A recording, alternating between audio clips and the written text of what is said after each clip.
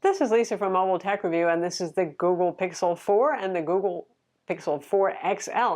So new cameras inside, are they still the best among all smartphones? We're going to find out now. So the Pixel 4 and the Pixel 4 XL have the same processor. The only thing that's going to vary in RAM, storage, the only thing that's going to vary here is the screen size and resolution and the battery capacity.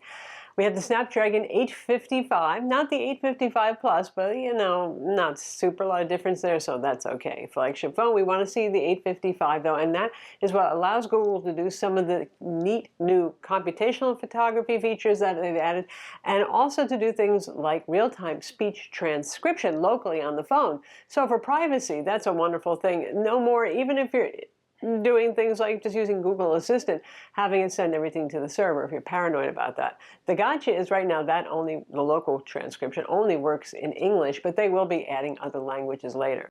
We have 6 gigs of low-power DDR4 RAM inside, and that's a good thing too, because last generation Pixel, the Pixel 3, sometimes felt a little sluggish, even in launching and running the camera, because RAM was constrained. So now the 6 gigs is pretty ample. Storage is 64 gigs for the base model, and for $100 more you can go up to 128 gigs. I do recommend the 128 gigs if you can afford it, because as usual, this is Google, they hate micro SD card slots. There is no expandable storage.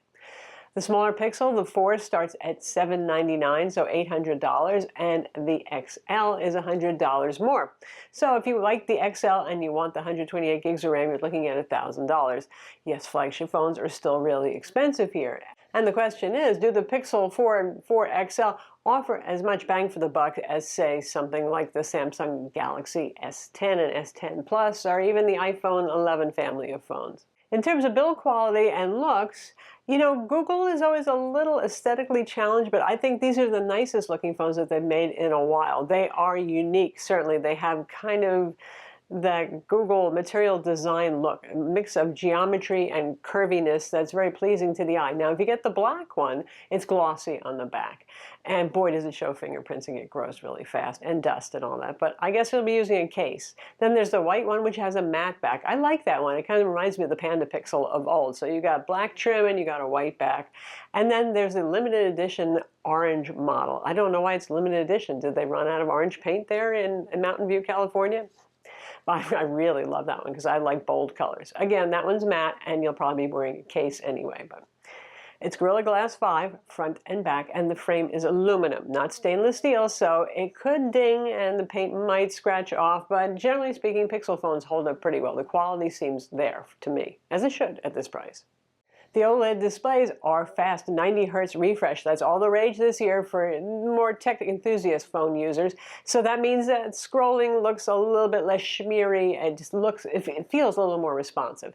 Now, it will automatically switch between 60 Hz and 90 Hz depending on the content. I guess there are places where 90 Hz really doesn't make a difference, so why do that? And you can disable if you're concerned about battery life. Typically on the phones we reviewed with fast refresh displays, though, it doesn't really impact battery life a whole lot. For the displays, these are OLED, and you got Full HD Plus and 441 ppi for the smaller Pixel, and 537 ppi and WQHD Plus for the bigger one. It's a 5.7-inch and a 6.3-inch screen size. So both of them are relatively small by today's standards, where phablets keep getting bigger and bigger and bigger.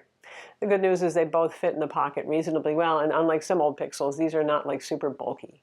One thing you will notice is there's a big forehead. The good part is, though, there's no egregious huge notch anymore. They just decided this was probably more aesthetically pleasing because everybody made fun of the Pixel 3 XL having a big old notch on it. And they have a lot of sensors to put in there. But still, one thing I like, if you're going to have big bezels, is the asymmetry actually helps you figure out which side is up. You pull your phone out of your pocket or your bag and you realize you're trying to unlock it upside down and go, The OLED displays are very pleasing, and they have an automatic dynamic EQ feature, which basically tries to warm up the display ever so slightly or match your ambient lighting conditions.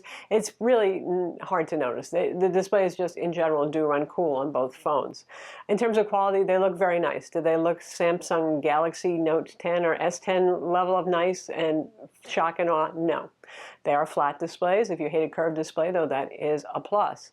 If you put it next to the Pixel 3a and 3a XL, and you can see we have the two XL models together, it is a little more contrasty and a little bit more vibrant. So if you're trying to decide between saving a whole lot of money on the 3A or 3A XL and this, yeah, there's a noticeable difference, but not a wildly big difference between the two.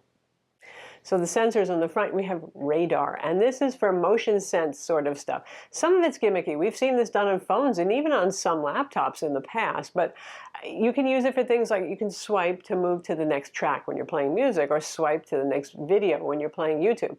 Personally, I more likely want to fast forward in a YouTube video and not skip to the next one, especially if I'm watching my favorite channels like MobileTechReview.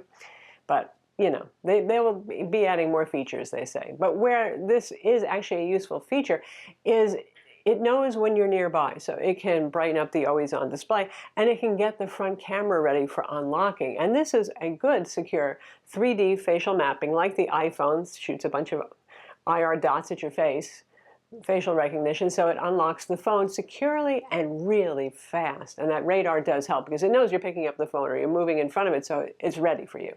Nice. The only bad thing is your eyes don't have to be open to unlock the phone using the secure facial recognition. So if you have snooping spouses or girlfriends, boyfriends, or you're in trouble with the law and they want to unlock your phone, with an iPhone, for example, you can just close your eyes.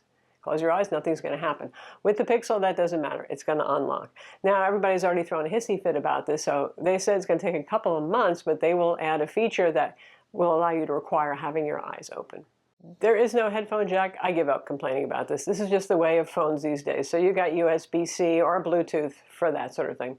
Has stereo speakers, bottom and on the top, above the earpiece display area where the earpiece is, and they're average. They're nothing super duper impressive. What is impressive is the voice recorder feature. There's a recorder app and it does real-time transcription. Like I said, English only for now. They will be adding other languages, and it's processed locally on the phone, and it is really fast. Let me demo it for you. This is Lisa from MobileTechReview, and you know, I do tend to talk pretty fast, yet the phone is keeping up. This is real-time transcription that is processed on the Pixel 4 itself. We have Cat 18 4G LTE, no 5G on board yet. 5G as a network is not really there and ready for you yet anyway, so okay with me. We have the Active Edge feature, the squeezy phone thing. So I don't know, HTC phones have had that, and I don't know that anybody ever cared, but you can give your phone a squeeze if you want to launch Google Assistant. But considering the fact you can just use your voice or tap on the screen anyway, the give it a strong squeeze thing isn't my most favorite feature. So the camera, other than the fact that you've got clean Google's own vision of Android going on here, and it's Android 10 with guaranteed security and OS updates for 3 years at a minimum. That is pretty nice stuff right there. You have some of the best cameras. That's been the story with the Pixel 3 and the 3a family of phones. So competitors have really upped their game, really, to go after the Pixel, and they've largely caught up. So the divide really isn't there anymore. And in fact, the Pixel 4 and 4 XL to me were a bit of a disappointment, and probably to a lot of you, because there's no wide angle lens, super wide angle. That's really handy to have. I was at the Pixel event, and they took us on a tour of New York City to take some really pretty pictures, and there were a lot of shots, particularly if you're in something like a field of big buildings. You just want to be able to capture that, and you just can't do that without the wide angle lens. Oh well. What we do have, though, is an added telephoto lens, and this is a 16 megapixel telephoto lens, and it's there basically to help with depth perception in the bokeh effect, or the portrait mode. And it is useful because the pixels weren't really all there, trying to do it just in computational photography land alone. So now we have something that really can keep up with the iPhone 11 family and the Samsung and all Galaxy Note and Galaxy S10 family of phones. It does a very good job. I took some really striking portraits using the new portrait mode. Also, they did a weird thing with zoom. I would have liked if you just had the traditional way of swapping between the lenses just to stay with optical zoom instead of going into digital land, but Google is so confident of their computational photography that they just said screw that. So instead you have a slider for zoom. You can go up to like 6x zoom on this if you want, and you don't really pick optical zoom ever. Functionally, it's a 2x optical zoom on the telephoto lens. So you're using a combination always of software or digital zoom and hardware zoom.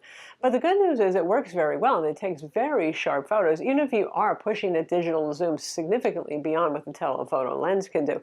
It's just a slightly weirder way of doing it. We still have night sight here, and night sight was another thing that every other manufacturer is trying to catch up with, and this year for the fall they really have. A lot of phones we've looked at do a tremendous job in the dark. I would say for normal nighttime pictures, it's as good as the iPhone 11 family, again, the Galaxy S10, the Note 10, which picked up the game a lot for their dark photography too. So it's not super pulling ahead anymore at this point. It's about on par.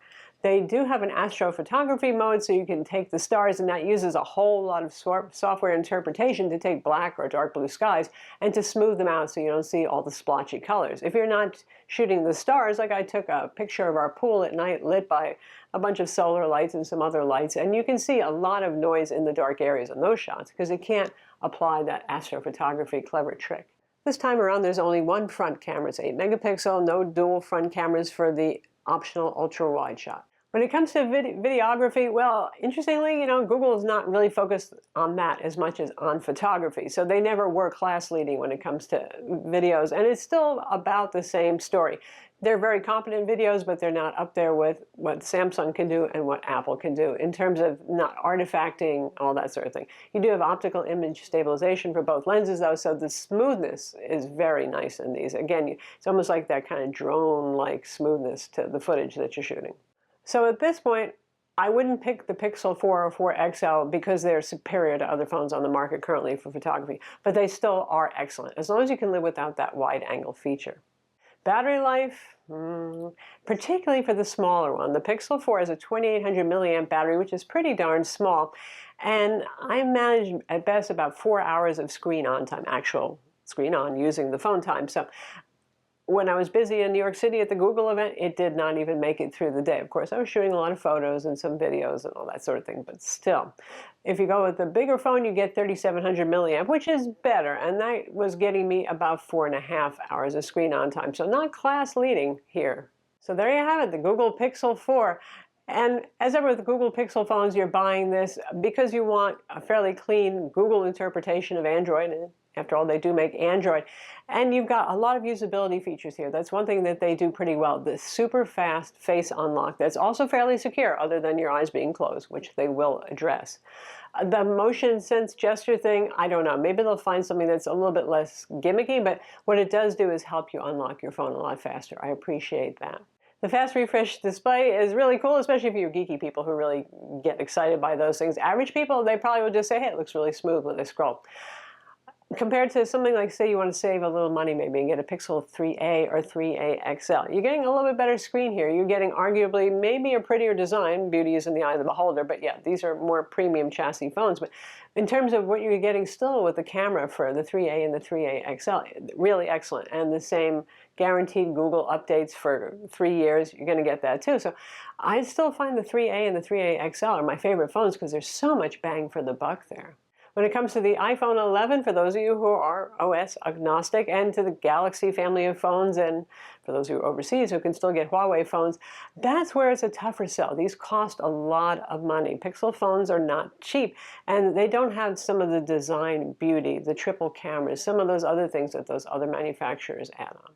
I'm Lisa from Mobile Tech Review. Be sure to subscribe to our YouTube channel for more cool tech videos and hit that notification bell too.